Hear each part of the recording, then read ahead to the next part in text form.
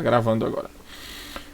Então, ó, a aula é sobre aldeídos e cetonas, certo? Então, vamos começar nossa aula completa sobre aldeídos e cetonas. Bom, primeiramente, o que é que vai ser dito, o que é que vai ser trabalhado nessa aula? Vamos trabalhar primeiramente uma pequena introdução sobre aldeídos e cetonas. Vamos falar sobre o preparo de aldeídos e cetonas, reações com aldeídos e cetonas, certo? Então a síntese e as reações com aldeídos e cetonas.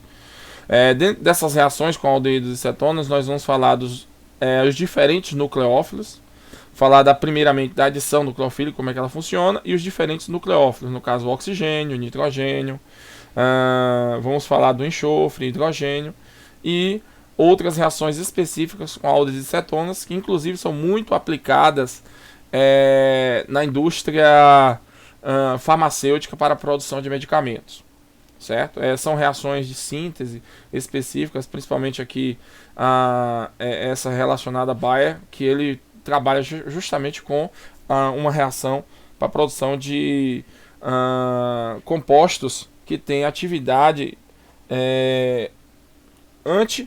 anticarcinogênica, né? No caso, contra para combater o câncer, células cancerígenas. Bom, então vamos lá, né? Primeiramente vamos falar um pouquinho sobre aldeídos e cetonas.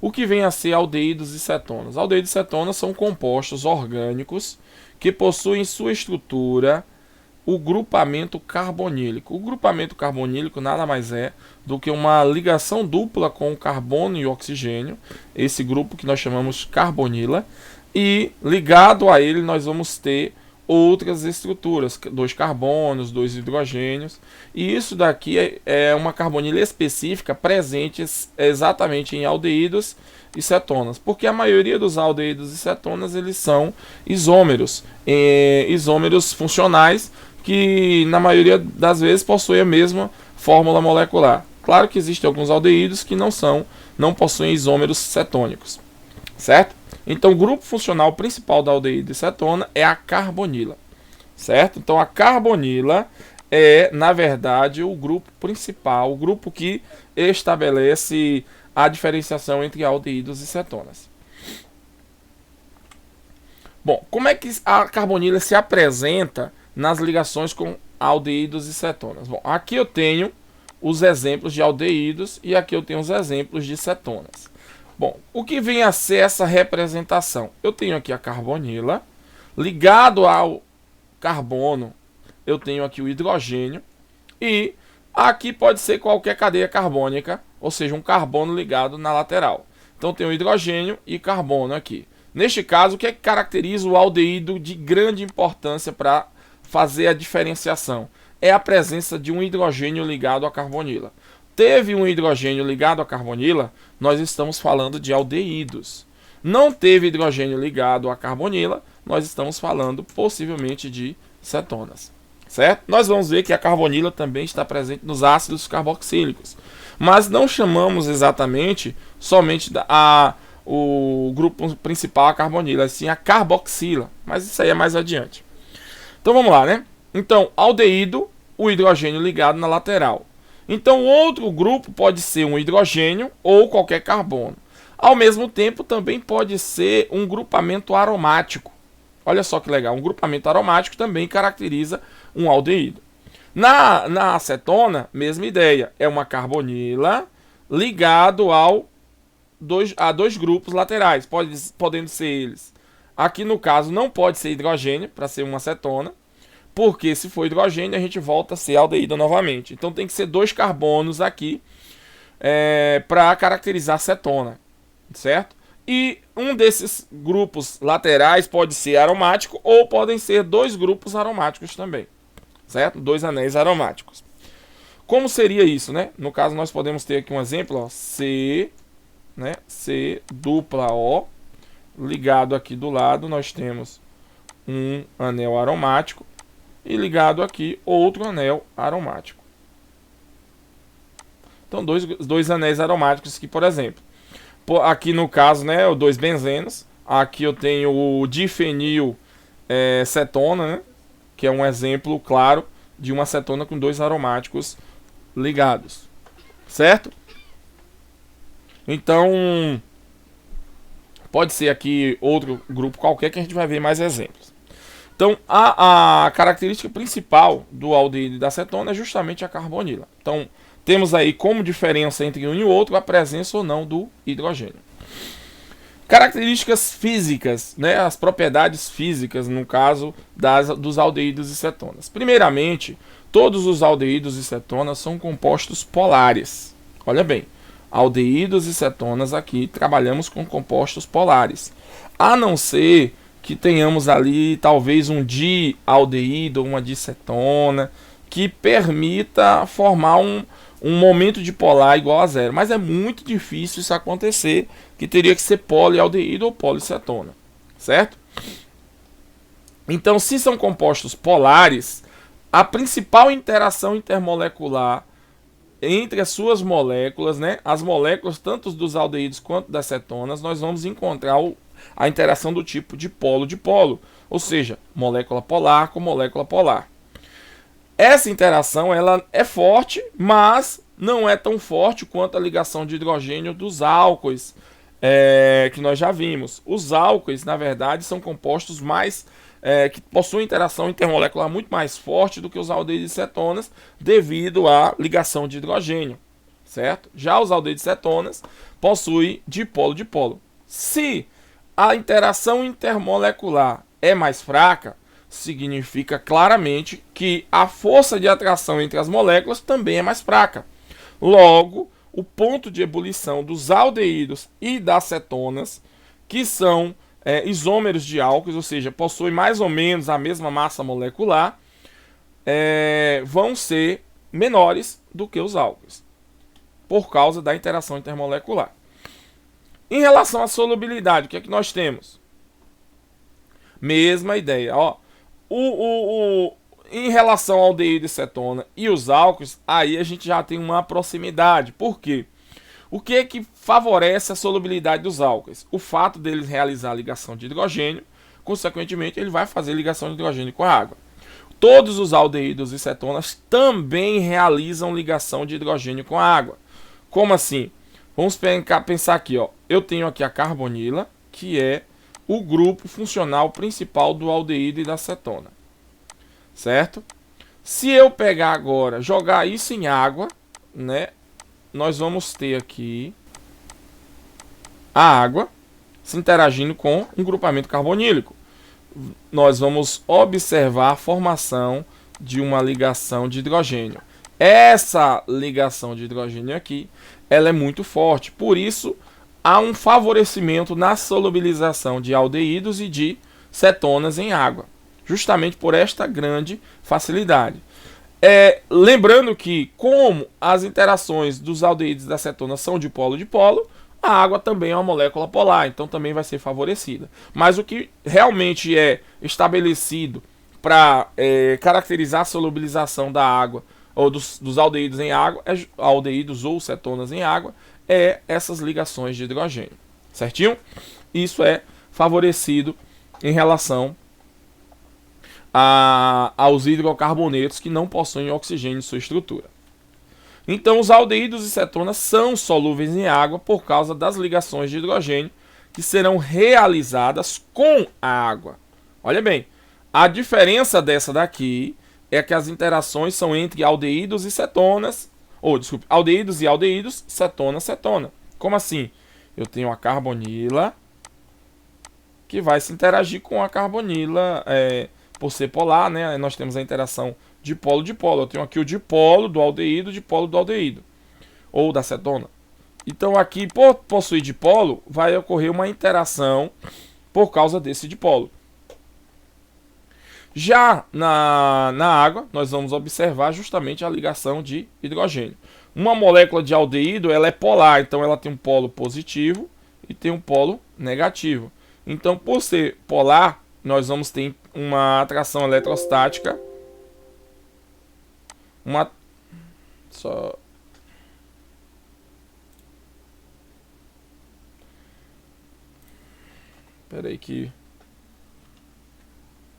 atração eletrostática. Deixa eu mudar aqui a tela. uma atração eletrostática, né, entre... Deixa eu apertei o botão sem querer aqui. Então, nós temos uma atração eletrostática devido aos polos. Polo positivo sendo atraído pelo polo negativo. Então, ó, essa atração aqui.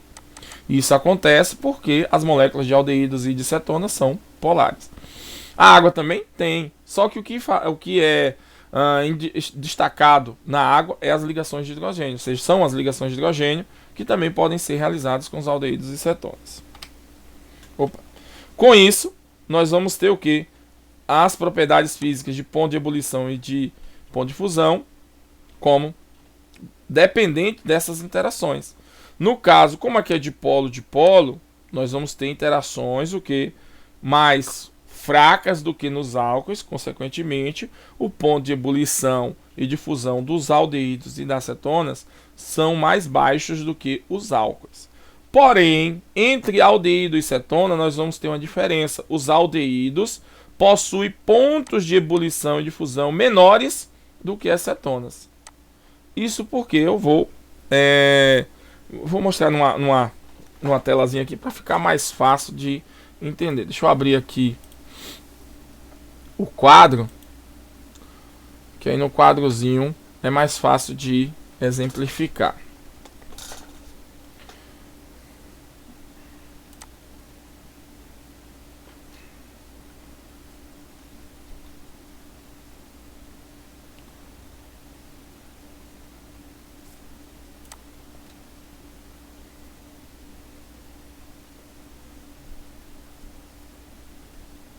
Deixa eu botar aqui o fundo.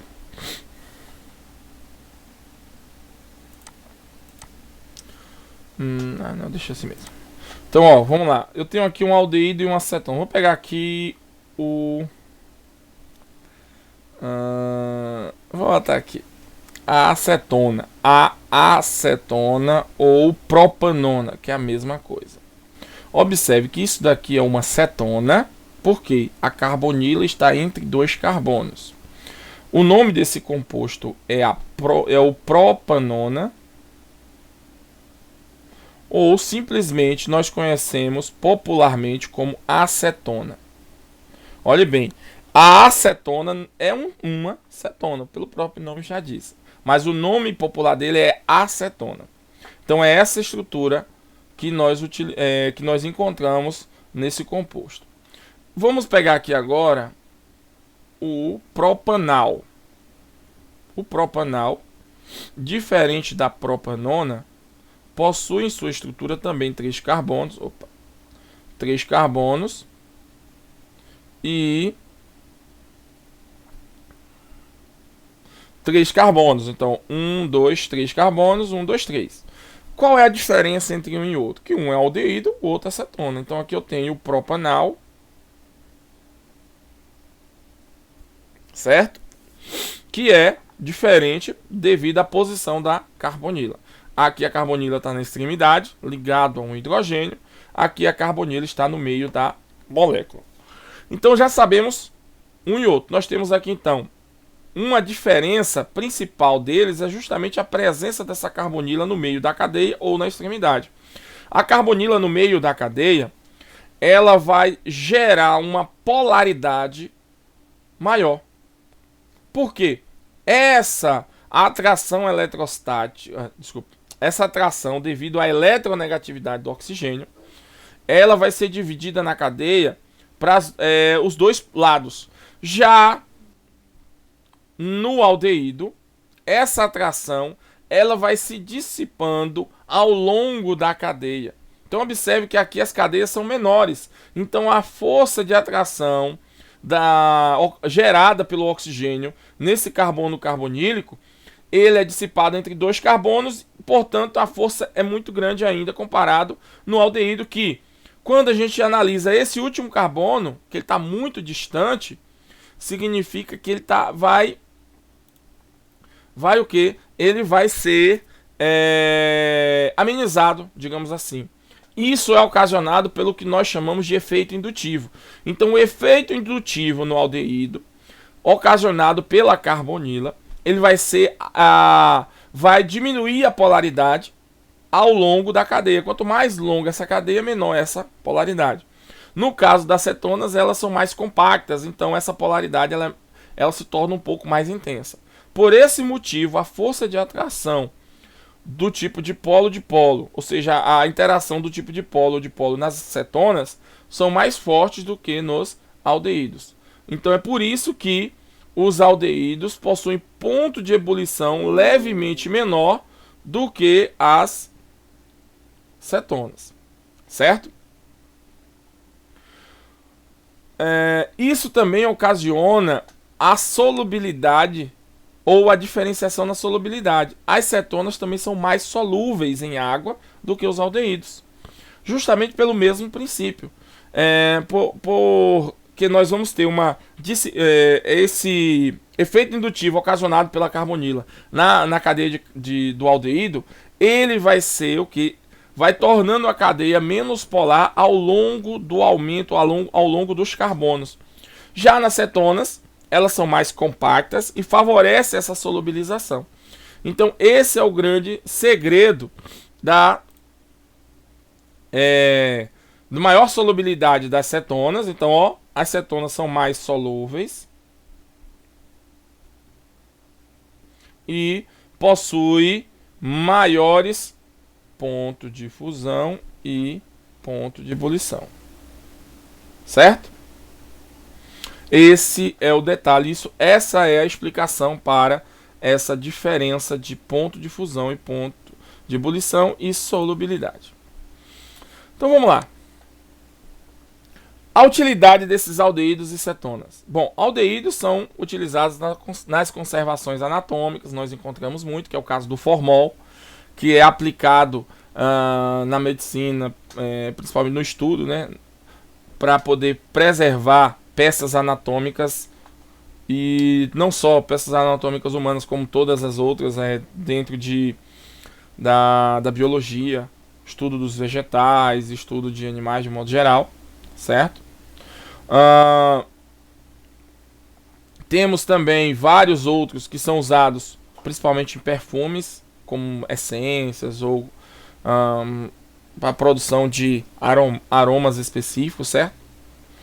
Já as cetonas são mais usadas como solventes orgânicos, que é o caso do esmalte. O esmalte, nós utilizamos o solvente cetona, ela volatiliza facilmente e ali o esmalte em si, ele gruda ele vai aderir à superfície da unha e nós vamos manter ali o esmalte por um tempo, certo? E se passar a acetona novamente, ele vai solubilizar o esmalte facilmente, certo? Então o esmalte, a acetona é muito utilizada com solvente orgânico. Inclusive, nós encontramos a acetona também em colas instantâneas, que é o caso da Super Bond ou outras semelhantes, que podem, como ela tem uma secagem rápida, o solvente que a solubiliza também tem que ter uma volatilização rápida. A acetona é um exemplo delas, um exemplo desse solvente, certo? Também usada na fabricação de perfumes ou cosméticos de modo geral. Aqui eu tenho um exemplo de uma substância extraída da orquídea, certo? Então, dentro dos produtos naturais, nós temos esse estudo, esse ramo da ciência que vai fazer a extração ou obtenção de substâncias a partir de plantas, principalmente, né, que nós chamamos o estudo fitoquímico dessas plantas. Podemos encontrar ou extrair substâncias específicas, principalmente dentro do ramo da saúde. No caso aqui, farmácia mesmo, porque a farmácia é uma das áreas da ciência que faz esse tipo de levantamento, esse tipo de estudo. E aqui eu tenho essa substância, que é a vanilina. Se nós olharmos pelo próprio nome, benzaldeído já caracteriza que o grupamento funcional presente nessa substância é um aldeído, certo? Temos aqui, onde é que nós encontramos esse grupo aqui, ó? Quando nós observarmos em qualquer estrutura orgânica que tiver o CHO é, na verdade, característica do grupo funcional aldeído, certo? Aqui é um éter e aqui é um fenol, certo? Então, esse composto aqui é, na verdade, um composto que possui em sua estrutura o grupamento funcional aldeído. Qual o nome completo desse composto? 3-metox, 4-hidrox-benzaldeído. Então, ó, aqui é o grupamento principal, que é o aldeído. Se a gente poder, vamos limpar aqui para poder circular melhor. Temos aqui o grupamento principal, que é o aldeído, ligado ao aromático. Esse então aqui vai ser o que? Vai ser o carbono principal, então ele é o carbono 1. Então carbono 1, carbono 2, carbono 3 e carbono 4. Então carbono 1, 2, 3. 3, qual é o nome desse grupo funcional? Metox. Esse daqui é um hidrox. Então, o nome desse composto vai ser o que? 3-metox, 4-hidrox, benzaldeído.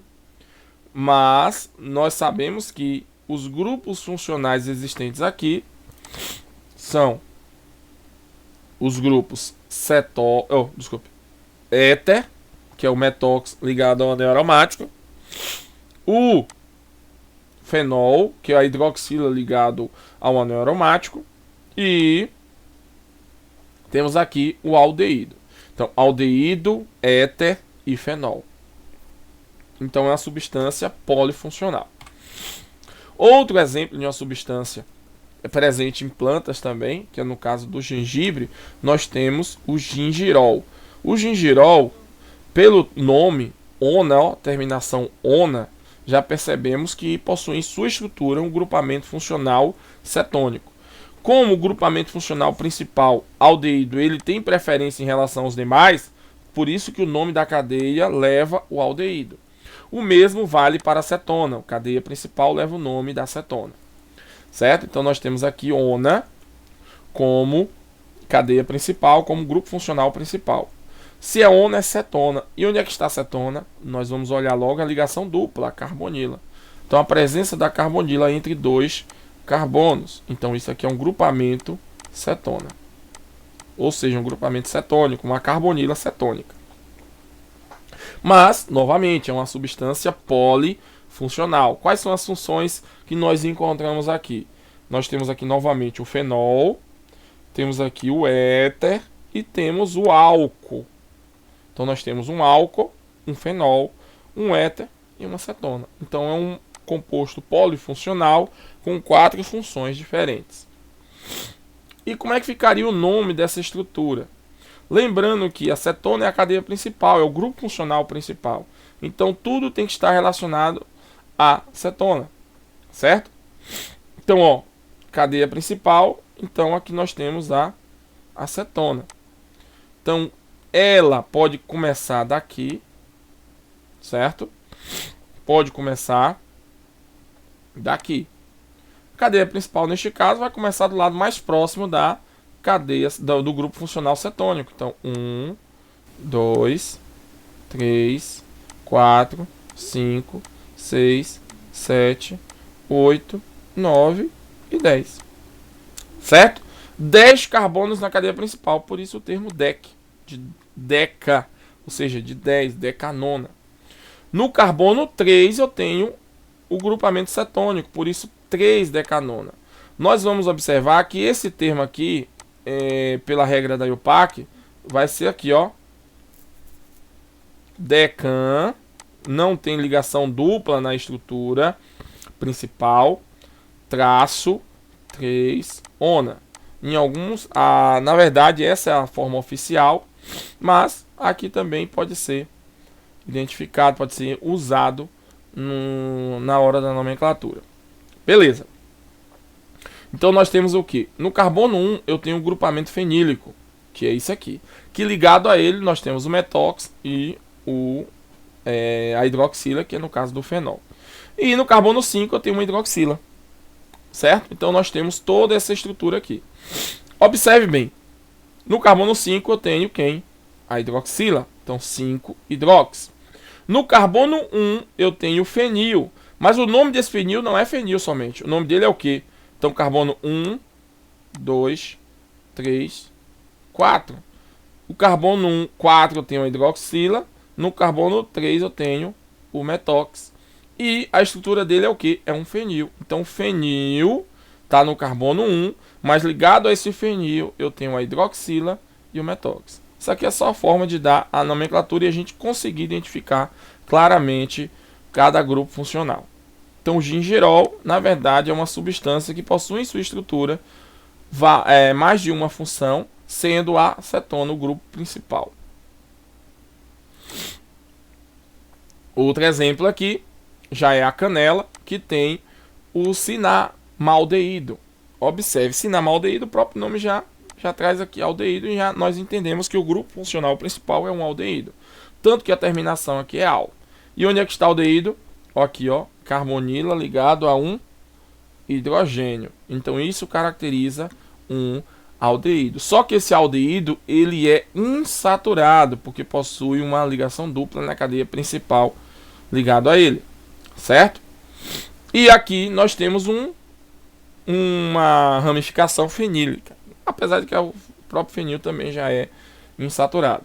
Mas já temos aqui a ligação dupla. Observe que deixa eu apagar aqui agora.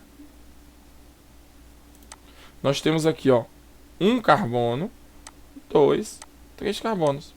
Então, nós temos 3 carbonos na cadeia principal, uma ligação dupla nele, né, nesses 3 carbonos. Não tem outra possibilidade da ligação dupla aqui, a não ser nesta posição. Portanto, não há necessidade de identificarmos, porque só tem essa possibilidade, não poderia ser aqui, porque senão o carbono estaria realizando 5 ligações. E nem aqui, que também o carbono estaria realizando 5 ligações. Então, neste caso, só há uma possibilidade. Por isso, prop, de 3 carbonos. Propenal, que tem a ligação dupla, e o al, caracterizando o aldeído. E no carbono 3, que é o último carbono, eu tenho a ramificação fenil. Então, 3-fenil propenal. Então, aqui eu tenho uma substância também obtida a partir da canela, que leva em sua estrutura o grupamento aldeído. Então, já treinamos ali a nomenclatura dos aldeídos e das cetonas, percebendo que todo aldeído tem uma terminação al e toda acetona tem uma terminação ona, certo? Então, aldeídos, terminação al, e cetona, terminação ona. Isso é o que caracteriza claramente a nomenclatura dos aldeídos e cetonas. Temos aqui, por exemplo, ó, a questão de alguns aldeídos e algumas cetonas. Temos aqui o formaldeído, etanal, propanal, 3-metilbutanal, e aqui um aldeído aromático e um aldeído cíclico, mas não aromático. Observe, formaldeído é um nome comum, nome usual. Esse nome usual é chamado de formaldeído para o aldeído que possui apenas um carbono em sua estrutura. Esse formaldeído, o nome formal dele, né, no caso o nome pela regra do IUPAC, é o metanal. Met de um carbono, metanal. Então, met de um carbono, an de não ter nenhuma ligação dupla e al por ser um aldeído. Já o etanal, também nome oficial et por 2 carbonos, an por não ter ligação dupla e al por ter o que? Terminação correspondente ao aldeído. Também é conhecido como acetaldeído. Beleza? Então, ó, olha só. Aqui nós temos o propanal. Mesma ideia, 3 carbonos. An por não ter ligação dupla e al por ser um aldeído. Já aqui eu tenho uma ramificação. Observe que neste caso o carbono 1 sempre vai ser o do aldeído. 2, 3, 4. Então 1, 2, 3, 4. No carbono 3 eu tenho o grupamento metil. Por isso 3-metil-butanal. Esse de cá já tem um nome específico. Nós chamamos ele de benzenocarbaldeído, que é o nome oficial, mas o nome usual, que é o mais utilizado, que é o benzaldeído. Certo? Então, quando nós tivermos uma função em que o aldeído está presente, mas ele não é a função principal, ou está em uma ligação formando uma cadeia cíclica, que é complexa às vezes de dar nomenclatura, nós chamamos o que? Carbaldeído, como o nome dessa função, deste grupo funcional. O mesmo acontece aqui, ó, carbaldeído. Por isso que o termo aqui nós chamamos o que? Ciclo hexanocarbaldeído. Porque no ciclo hexano tem um carbaldeído ligado, que é, na verdade, essa estrutura aqui. Certo? Nas cetonas, nós temos nomenclaturas específicas também. A propanona, como já vimos, é a mesma acetona, certo? Cetona é um nome comum, nome usual. E podemos ter outra forma de apresentar o nome usual das cetonas, que é utilizando as cadeias laterais como ramificações.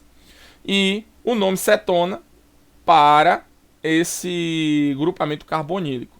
No caso aqui nós chamamos de dimetil, porque são dois metis ligados à cetona, que é o grupamento carbonílico. Por isso o termo cetona para a carbonila e dimetil para as ramificações laterais. Mas o nome oficial é propanona, ou, usual muito utilizado, acetona. Aqui a mesma ideia, observe, ó, se eu fosse dar o nome formal, ou nome pela regra do IUPAC, temos 1, 2, 3, 4, 5 carbonos. A carbonila está no carbono 2, por isso aqui 1, 2. E o nome correto era pentan 2-ona. Então, ó, pentan 2-ona. Então, nós temos o 2-pentanona que segue o mesmo padrão também. Certo? Então, nós temos aqui a pentan 2-ona ou 2-pentanona. O metilpropilcetona também pode ser usado, porque do lado direito eu tenho aqui um propil e do lado esquerdo eu tenho um metil. Pela ordem alfabética, metil vem antes de propil, então metilpropilcetona. Certo? O de cá, do lado de cá eu tenho um metil, do lado de cá eu tenho o alil. Então, alil e metil. Pela ordem alfabética, alil vem antes, então alil, metil, cetona. Aí o nome oficial, aí vem o segredo. O nome oficial vai seguir o mesmo padrão. Como? Observe bem. 1, 2, 3, 4, 5. Então, neste caso aqui, eu tenho o quê? A cetona está no carbono 2, né? Ou seja, o grupamento carbonílico. E no carbono 4 eu tenho uma ligação dupla. Então, como é que nós vamos colocar aqui? Pen, ó. São quantos carbonos? São 5. Então, pente 4 em 2-ona. Essa é a forma mais utilizada pela regra da IUPAC atualmente. Só que em alguns livros vocês podem encontrar isso aqui, ó. 4-penten, indicando que esse 4 refere-se a o en, e o 2-ona, que refere à posição da carbonila. Certo? Então, pente 4-en, 2-ona. Essa forma eu gosto mais de utilizar porque ela mostra claramente onde está cada coisa. Então, vamos lá. As propriedades físicas dos aldeídos cetonas, nós podemos observar claramente, comparando ele a outras funções. O butano é um hidrocarboneto, propanal, acetona, e aqui o propanol é um álcool. Observe que o hidrocarboneto, que tem uma massa molecular mais próxima, ele vai indicar claramente que seu ponto de ebulição é muito baixo, porque a interação intermolecular envolvida aqui é a dipolo instantâneo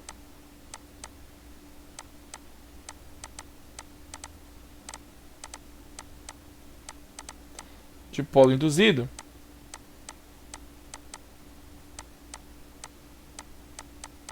podemos chamar forças de London envolvida aqui, certo? E no de cá, no propanal, nós temos dipolo-dipolo.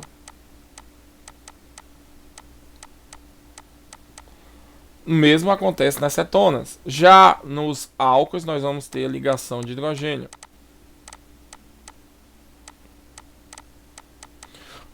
A diferença do ponto de ebulição está relacionado com o tipo de interação intermolecular. Dipolo instantâneo, dipolo induzido, principalmente em moléculas apolares, moléculas apolares. Dipolo-dipolo em moléculas polares e ligação de hidrogênio em moléculas que possuem em sua estrutura nitrogênio, flúor ou oxigênio ligado ao hidrogênio. Certo? Isso aqui vai favorecer claramente a mudança do ponto das propriedades físicas. No caso aqui, ponto de ebulição. Ponto de ebulição do butano, menos 0,5 graus Celsius, ou seja, ele é um gás na temperatura ambiente. Ah, mas encontramos o butano aonde? No gás de cozinha, ele é liquefeito, então é um gás liquefeito do petróleo, que no caso é o butano, que é um gás naturalmente, sob pressão, e dentro do botijão ele fica líquido. E o propanal, que ele já é uma substância líquida à temperatura ambiente, porque ele tem ponto de ebulição de 49. A acetona também é líquida, ponto de ebulição 56,1. E o álcool propanol nem se fala, porque o ponto de ebulição dele é 97,2.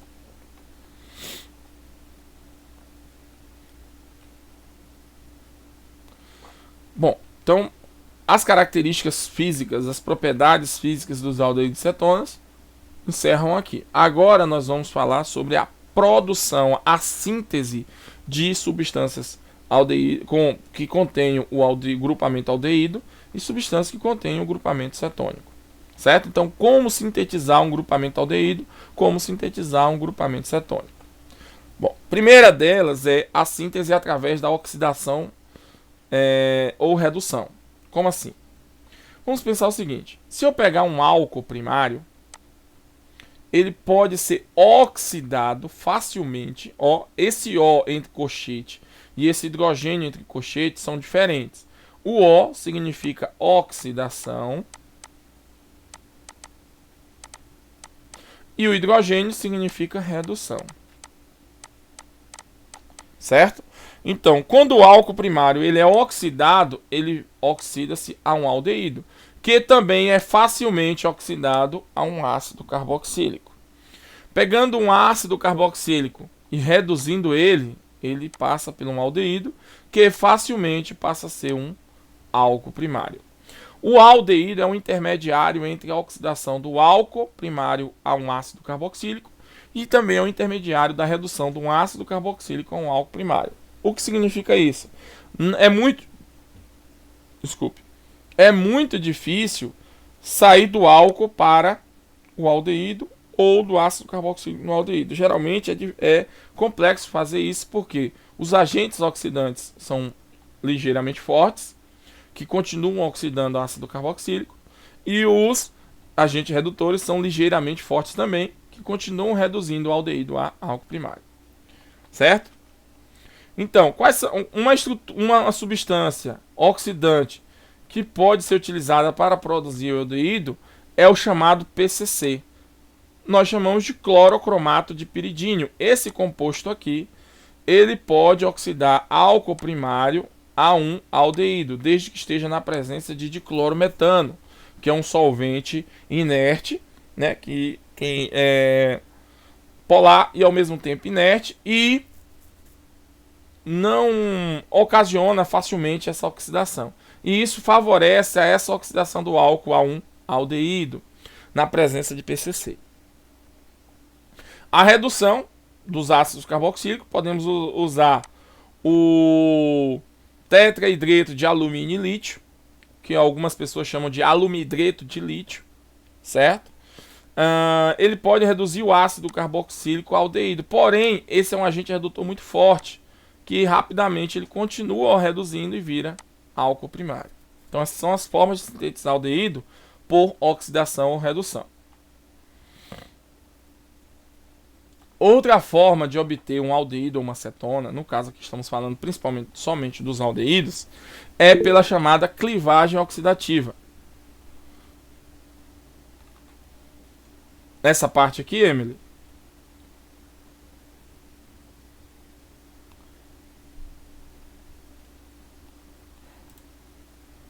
Essa parte de oxidação e redução. Ó, oxidação. Vamos pegar aqui. Vou pegar o quadro para você ficar mais... Vamos lá. Vamos pensar aqui. Para você entender a oxidação, vamos lá. Vamos pegar o metano.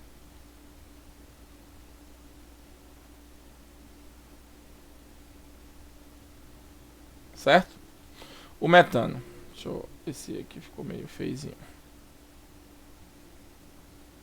O metano, ele tem sua estrutura, o carbono e o hidrogênio.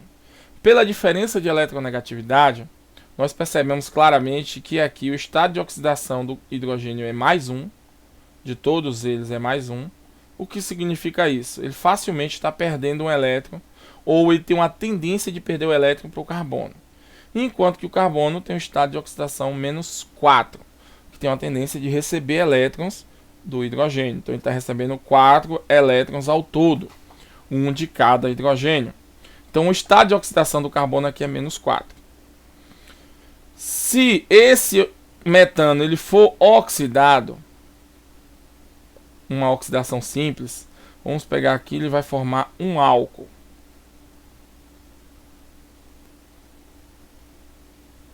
Álcool primário. O metano já está no estado de oxidação do carbono com menos 4. E aqui já muda um pouquinho. O hidrogênio continua sendo mais 1 porque ele só pode perder um elétron. Ele poderia ganhar? Poderia, mas se estivesse ganhando de um metal. Lá em química geral vocês viram que o estado de oxidação depende da origem do elemento. No caso, se estiver ligado a um metal, o metal sempre vai perder elétron. Então o não metal sempre vai ganhar. Neste caso aqui vai pela eletronegatividade. O carbono é mais eletronegativo do que o hidrogênio, então ele arranca elétron do hidrogênio. Então os hidrogênios, mais 1. O oxigênio, ele está na família 6A, então ele tem uma tendência de receber 2 elétrons. Elevada eletronegatividade. A soma total dessa molécula tem que ser igual a 0. Então, ó, o carbono aqui é um valor que eu não sei qual é, que eu vou descobrir agora, porque eu sei que esses aqui são fixos. Então o carbono é X. X mais 1, 2, 3, 4 dos hidrogênios, menos 2 do oxigênio. Tudo isso igual a 0. Então aqui o carbono está o quê? Com estado de oxidação 4 menos 2, dá 2, que passa para lá, fica negativo. Então observe que agora o estado de oxidação do carbono já não é menos 4, passa a ser menos 2. Quando esse camarada continua oxidando, observe aqui que ele vai mudar. Vamos botar uma oxidação desse composto, ele vai virar um aldeído, que aqui é o metanal. Já muda o estado de oxidação, porque mais 1 do hidrogênio, menos 2 do oxigênio. Então aqui, menos 2 com mais 1 dos dois aqui, o carbono tem que ser igual a quanto? A 0. Então o carbono não está contribuindo no balanço final para a questão da estabilidade eletrônica aqui das ligações. Se continuarmos oxidando o metanal, ele vai virar um ácido carboxílico. Vai virar o ácido metanóico. Observe que agora aqui vai mudar o estado de oxidação. Menos 2 dos oxigênios, mais 1, mais 1. Observe que aqui eu tenho menos 4 dos oxigênios, mais 2 dos hidrogênios, que anula esse daqui. Então o carbono só pode ser mais 2, porque tem que ser igual a 0 todo mundo. Aqui tudo tem que dar 0. Aqui também igual a 0. Ah, mas o que é que isso tem a ver com o que a gente está falando ali de estado de oxidação? Tem tudo a ver. Por quê? Primeiramente, eu estou fazendo o quê? Uma oxidação do carbono.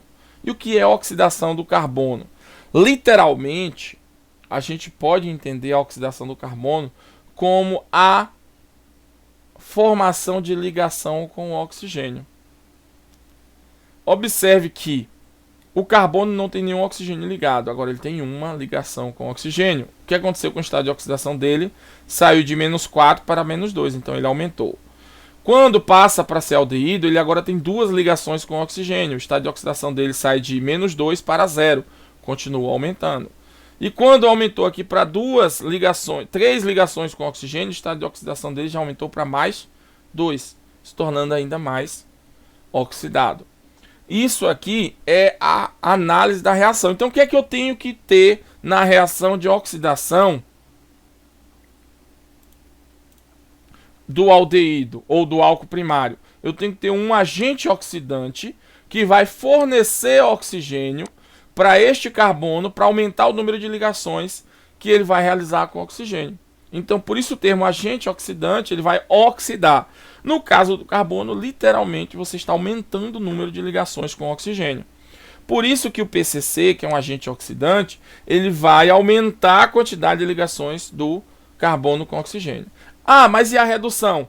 É o inverso. A redução, ela vai diminuir o número de ligações com o oxigênio. No caso aqui, nessa redução, ele está saindo de 3 ligações com oxigênio para 2, saindo de 2 para uma ligação com oxigênio. Então, no carbono, literalmente, nós observamos essa mudança no número de ligações com oxigênio. Ou aumenta ou diminui. Se aumentar, eu aumento o estado de oxidação, então eu estou oxidando o carbono. Se diminui, eu estou reduzindo, ou seja, diminuindo o número de ligações. Então, qual é a função do PCC aqui? É oxidar um álcool primário para formar um aldeído. Então, por isso que nós podemos produzir aldeídos a partir da oxidação de álcoois primários.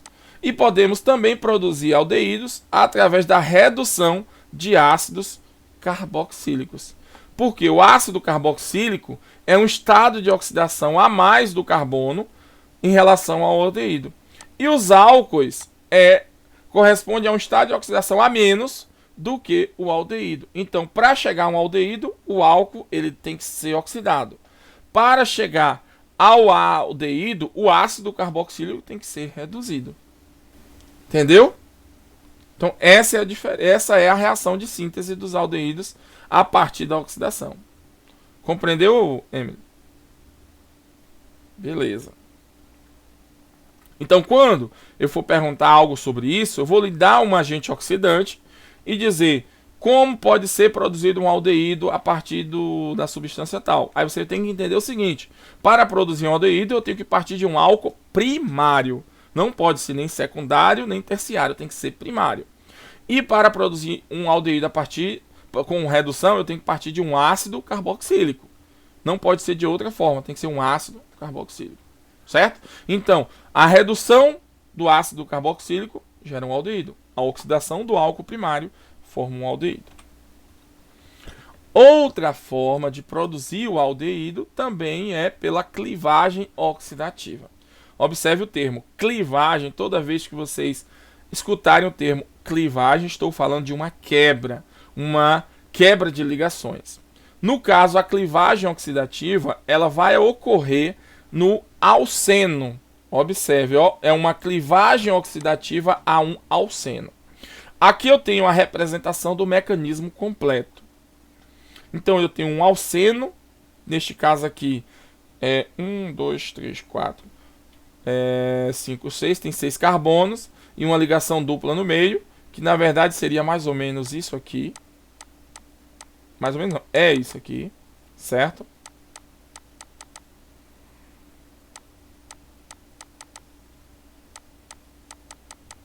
Essa é o alceno que está sendo mostrado nesse mecanismo. E ele vai ser clivado. Como assim? Essa ligação vai sofrer uma ruptura. Eu vou dividir essa molécula no meio. Vou quebrar ela para o lado direito e quebrar ela para o lado esquerdo. Então vou ter dois grupos aqui, duas substâncias formadas no final.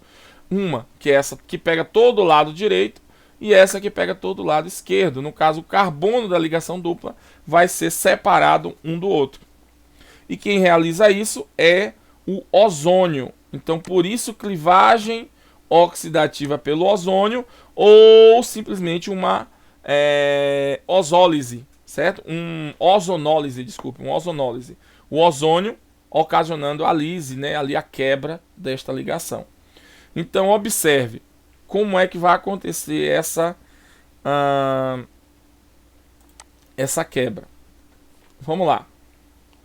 Eu tenho aqui a ligação dupla, certo? E está ligado a desculpe, tem aqui a estrutura do alcênio. Se ela vai quebrar, nós já sabemos claramente que vai ter esse grupo aqui que vai virar um e esse grupo de baixo que vai virar outro, certo? Beleza. Mas como é que acontece o mecanismo reacional dessa clivagem? Aqui, ó, o ozônio é essa estrutura. Um oxigênio ligado a outro oxigênio ligado a um terceiro oxigênio. Observe que eu vou ter dois oxigênios ligados a esse primeiro. Consequentemente, ele geralmente vai ter uma carga mais positiva. Enquanto que o outro aqui vai ter uma carga mais negativa, porque está recebendo o par de elétrons desse oxigênio. Porque o ozônio nada mais é do que um oxigênio, um gás oxigênio, que vai doar, como se fosse o gás oxigênio, doando um par de elétrons através de uma ligação dativa, né, que a gente ainda utiliza, a um outro oxigênio. Aí vai formar essa estrutura aqui do ozônio. Então por isso que aqui vai ficar com a carga positiva e aqui vai ficar com a carga negativa. Bom, então aqui o que nós temos? Essa percepção da carga positiva do oxigênio central permite entender que por ele ser positivo, ele vai atrair o elétron da ligação com um pouco de força, tornando esse outro oxigênio mais também com a carga parcial que positiva. Essa percepção é entendida pela ligação dupla que vai agir como um nucleófilo, que aqui é uma ligação π. Essa ligação π ela é frágil, é fácil de ser quebrada. A energia necessária para quebrar essa ligação é muito pequena. Então ela vai ser o quê? Quebrada facilmente. Então essa ligação π vai atacar esse oxigênio lateral, que vai quebrar essa ligação π também aqui com o oxigênio, estabilizando a carga do oxigênio central, certo? Mas ao mesmo tempo, esse oxigênio que está com a carga parcial negativa, ele vai doar o par de elétrons e vai entender que esse carbono ficaria positivo, ou seja, seria um carbocátion. Então ele não vai permitir a formação desse carbocátion. Então essa ciclização aqui inicial, ela é favorecida para a não formação do carbocátion. Então nós vamos ter essa ciclização aqui. Isso nós chamamos de um osinídeo, certo? Esse osinídeo inicial, ele é formado justamente dessa ciclização da ligação, no caso dos carbonos da ligação dupla. Ele é chamado de molosonídeo. Molosonídeo. Olha que nome legal. Poderia colocar o nome de um filho. Mas assim, então o que acontece? Quando essa ciclização é formada, ela é muito instável, ela pode ser quebrada facilmente. Como é que acontece a quebra? Observe, ó, essa ligação exata entre os carbonos, ela vai se romper, vai sofrer uma lise, né? Uma quebra, e vai formar o que? Vai formar uma ligação dupla com o carbono. Formar uma ligação dupla com o carbono. Olha ela aqui, ó, essa ligação dupla. Ao formar essa ligação dupla, a ligação oxigênio-oxigênio também sofre uma ruptura e vira um par de elétron livre para o oxigênio. Percebendo a formação de uma carga positiva nesse carbono, o par de elétron vai cair e formar também uma ligação dupla com o outro carbono, não permitindo a formação do carbocátion. E nós vamos ter um intermediário que é uma ligação dupla com o oxigênio e ligado ao outro oxigênio com a carga negativa, e aqui já forma o nosso primeiro composto carbonílico, certo? Esse composto então carbonílico, ele, como é intermediário, rapidamente ele sofre uma reação, um ataque nucleofílico do oxigênio que está com par de elétron livre, e vai se ligar a essa carbonila através de uma adição nucleofílica do oxigênio, e essa ligação se quebra, atacando também quem? A outra carbonila, e forma um segundo composto cíclico, que já é um outro osinídeo, certo? Esse osinídeo ele é mais estável, ele já é facilmente encontrado. Tudo bem? Então esse osinídeo nós encontramos, que é um exemplo de um... Aqui nós temos um peróxido, certo? Então ele é mais estável. Então ele é encontrado. Para agora reagir, você precisa de um agente redutor moderado, um agente redutor fraco. O que ele vai ocasionar? Ele vai ocasionar agora a abertura desse anel, liberando quem? O meu aldeído ou as duas estruturas. Ele vai abrir essas ligações, ó. Abrir aqui e formar um, e abrir aqui e formar outro. E aqui vai gerar água no final. Certo? Esse é o processo de redução. Tudo bem? Então nós temos aí essa estrutura. Então o agente redutor, geralmente, mas por que não tem um mecanismo do agente redutor? Muitas vezes esse mecanismo não é demonstrado porque não existe uma convenção entre os cientistas de como essa ligação realmente acontece. Essa quebra, né, acontece.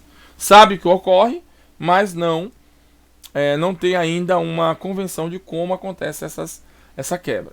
Esse mecanismo é possível identificar porque eles vão gerando os marcadores, ou seja, utilizam um oxigênio específico ou um carbono e vai gerando a marcação e identificando etapa por etapa da reação. Beleza, então é assim que nós formamos os aldeídos. Então toda vez que tivermos um alceno, ele vai ser quebrado na ligação e para um lado vai ter um aldeído, olha aqui, e para o outro vai ter outro aldeído. Essa é a nossa ideia, certo? Mas na maioria das vezes nós não vamos observar a formação de aldeído, e sim de cetona, que neste caso aqui não é nem um aldeído, aqui é uma cetona mesmo. Carbono e carbono, certo? Por quê? Porque para formar aldeído eu teria que ter um alceno assim, ó. Pelo menos um hidrogênio ligado a cada um dos carbonos. Aí quebrando aqui, vira um aldeído K, quebrando aqui, vira outro aldeído, certo? Teve carbono aqui e carbono aqui, já era, não é mais aldeído, só vai virar cetona. Que é o caso aqui, ó. Neste composto que nós estamos exemplificando, vai formar duas cetonas. Que cetona é essa? Acetona. E o de cá também é acetona. Mas nós vamos principalmente entender essa abertura do anel como as reações mais identificadas dessa redução, dessa produção de aldeído. Aqui observe que esse anel ele vai ser aberto. Eu tenho uma ligação dupla no anel. Uma ligação dupla no anel. Certo? Essa ligação dupla vai ser quebrada, vai sofrer uma lise, uma ruptura, abrindo o anel, formando um aldeído de um lado e no caso aqui uma cetona. Qual é o composto necessário para isso? Eu preciso do ozônio inicialmente, que ele vai sofrer todas essas etapas, tá vendo? Vai formar osinídeo inicial, que é o molosonídeo. Depois ele vai formar o osinídeo mais estável, ozonídeo. E esse osinídeo vai então ser reduzido com um agente redutor fraco ou levemente moderado, que é o caso do DMS, dimetilsulfóxido, ou vai utilizar o zinco, que é um agente redutor moderado em água, certo? Esse agente redutor então vai favorecer essa abertura da estrutura da ligação dupla. Então esse aqui é um dos métodos para a produção de aldeído. Outro método para a produção de aldeído é a hidroboração, oxidação de alquinos terminais.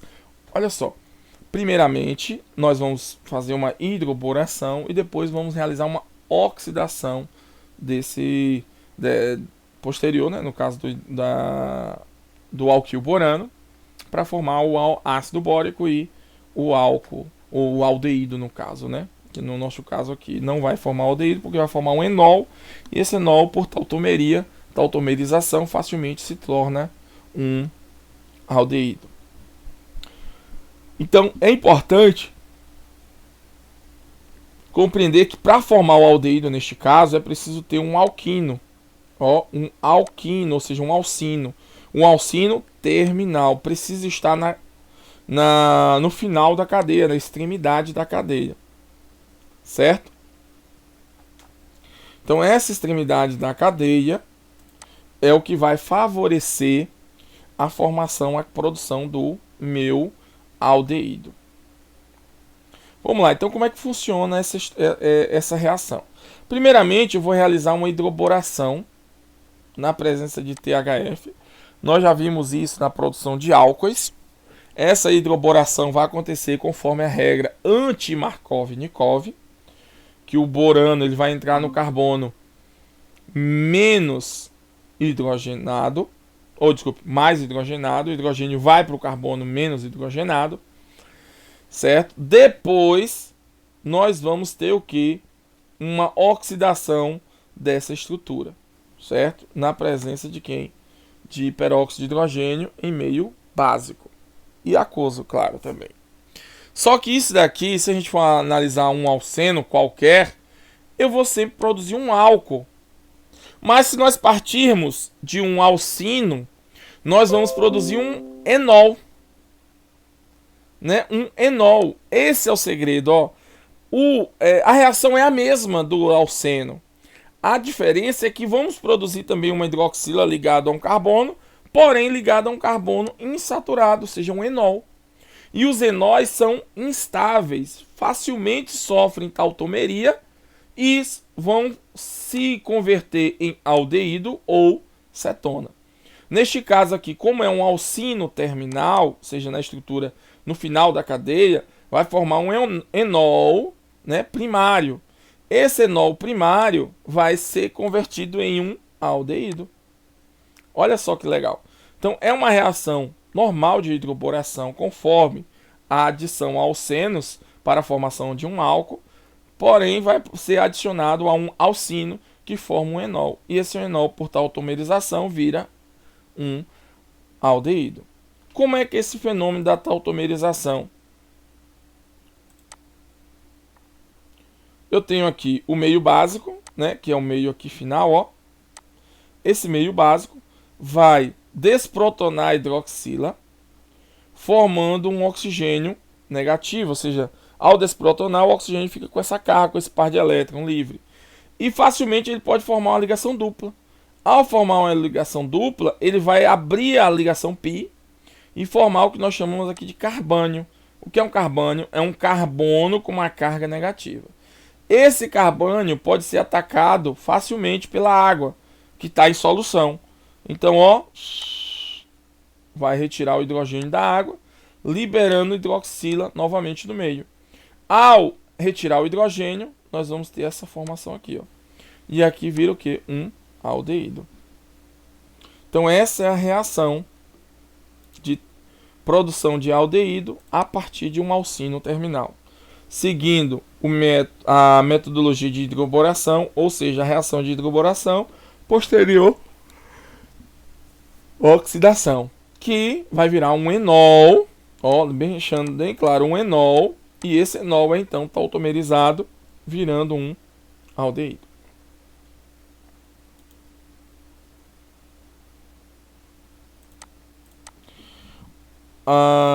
Outra reação que pode formar um aldeído, no caso aqui, né, a gente tem a formação de aldeídos por oxidação de alquínios terminais, clivagem oxidativa e oxidação de álcoois primários, certo? Ou redução de ácidos carboxílicos.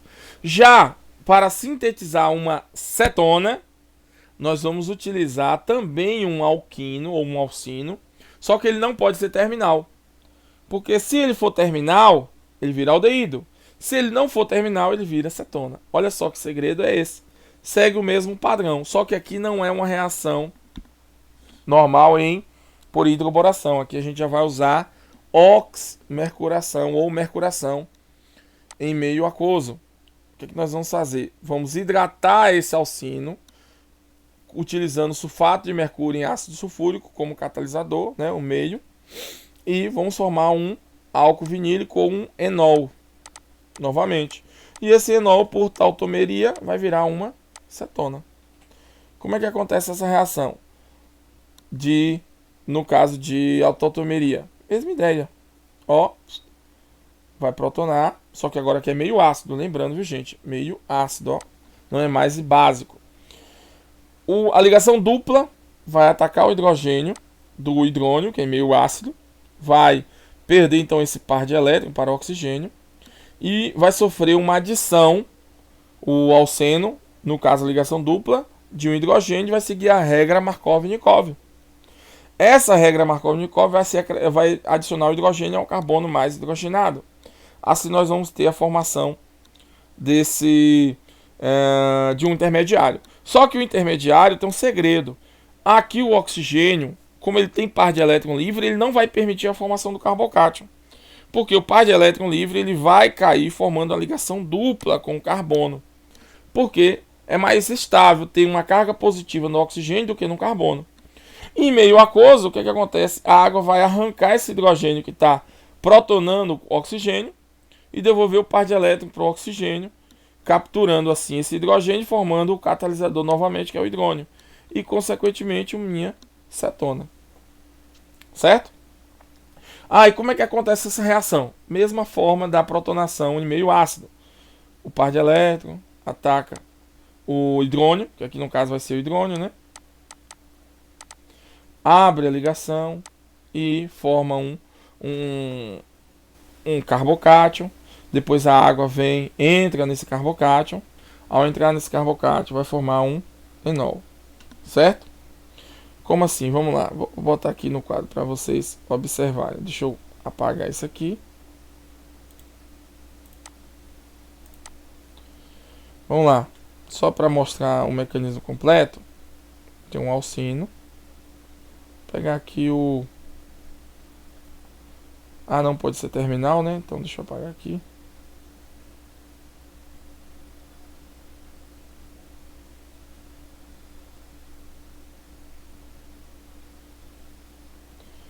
O que vai acontecer? Em meio aquoso. No caso aqui nós vamos ter meio ácido, então não vamos ter... Vamos ter facilmente uma quantidade boa de hidrônio. Esse par de elétron ataca o hidrogênio. Esse hidrogênio vai perder... O par de elétron que está no hidrogênio vai seguir para o oxigênio. Consequentemente, nós vamos ter o que? A estrutura CH3, C, dupla C, CH3. E vamos ter um hidrogênio aqui ligado. Consequentemente, nós vamos ter o que aqui, ó? Esse carbono vai ficar positivo. E mais água.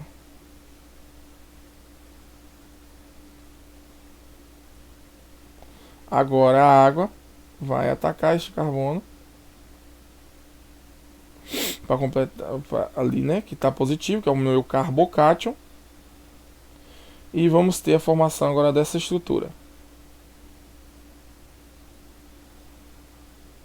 Um álcool protonado. Outra molécula de água que está em solução, que é o que nós vamos ter em grande quantidade. Vai o que? Vai arrancar esse hidrogênio que está aqui. Certo? E aí nós vamos ter a formação, ó, quebra da ligação e novamente formando o oxigênio. E aí nós vamos ter o que aqui?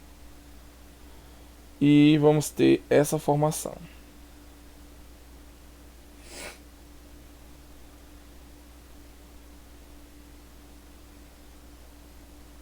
Mais o catalisador que foi reconstituído.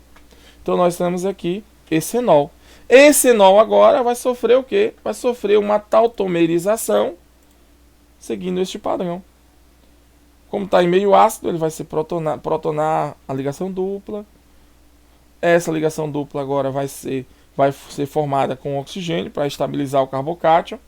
E depois formando assim o meu grupo carbonílico e liberando o meu hidrônio, que é o meu catalisador. Certo? Então essa é uma forma de produzir cetonas. Qual outra forma de produzir cetona? Aí vem um segredo, ó. Vem um resumão. Olha só. Com o PCC oxidando um álcool primário, forma aldeído. Na ozonólise, no caso, ou seja, a quebra, a clivagem oxidativa, se tiver um alceno com hidrogênio, forma aldeído. Se tiver um alquino terminal por hidroboração e oxidação posterior, nós formamos aldeído. Já nas cetonas, podemos oxidar um álcool secundário. Oxidando um álcool secundário, ele vira uma cetona. Clivagem oxidativa de um alceno que não tem hidrogênio ligado, que ele é polissubstituído, no caso, ele é tetrasubstituído, vai virar duas cetonas. E um alquino, só que seguindo a regra Markov-Nikov, sempre vai formar cetona. Outra forma de produzir também cetonas é pela acilação de Friedel-Crafts. Essa acilação de Friedel-Crafts é vista lá em aromáticos, em Orgânica 1. Certo? Esse mecanismo facilmente trabalhado em Orgânica 1, que tem lá no vídeo certinho sobre aromáticos. Também podemos produzir sempre uma cetona. A acilação de Friedel-Crafts sempre vai produzir uma cetona. Então, temos em resumo como produzir aldeído e como produzir cetona. Certo? Isso é as nossas reações de síntese. Então vou parar essa aula aqui agora, certo? Para depois gravar, para não ficar muito grande esse vídeo, sobre as reações com aldeídos e cetonas. Beleza? Então vou gravar outra, amanhã eu já gravo a outra de adição. Ou seja, reações com aldeídos e cetonas. Beleza? Valeu! Boa noite para todos aí, que estou gravando esse vídeo à noite.